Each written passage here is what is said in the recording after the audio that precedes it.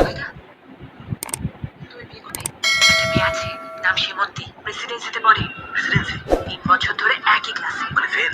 হ্যাঁ, গায়ের রং একদম তক করছে ফর্সা। কি বলছিস? অ্যানিমি আছে, ও চোখগুলো যেন একদম টানা টানা, ঠিক যেরকম মধুবালা। মধুবালা? বন্ধ থাকলে খুললেই তবে মেয়ে ভারী মিশুকে। কিরকম? পাড়া থেকে শুরু করে কলেজ পর্যন্ত আমার কোনো ছেলে নেই যার সাথে ও মেশেনি। কাল এই নাইট ক্লাব, পরশু সেই নাইট ক্লাব, তরশু ডায়মন্ড হারবার, ঘুমু।